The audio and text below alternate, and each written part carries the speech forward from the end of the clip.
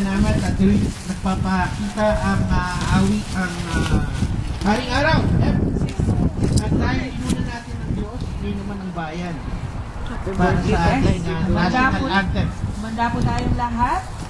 Ilagay po natin ang ating perlas ng silanganan, alab ng puso, sa dibdib mo'y buhay.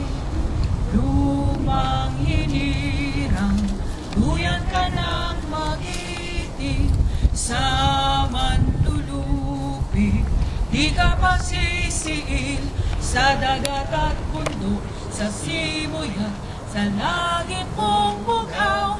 May dilagang tula at awit sa paglayang minamahal. Ang kislap ng wataw at mo'y tagumpay na naglilingning. Ang bituin at araw ay kailan pa may di maglililim. Lupa ng araw ng luwalhati magsinta.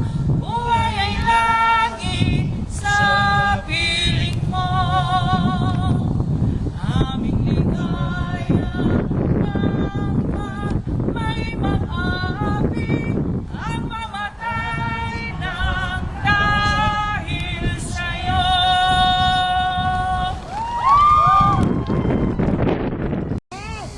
So, yun po tayo mga kababayan.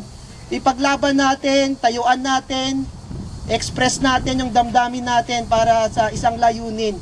Yung katotohanan, yung katwiran para sa ating bansa. Tama mo ba yun? Kaisa nyo ba ako doon? So, celebrate po natin ang kaarawan ng ating I believe. And I believe you can agree with me. One of the best president na tumayo na halal sa Pilipinas.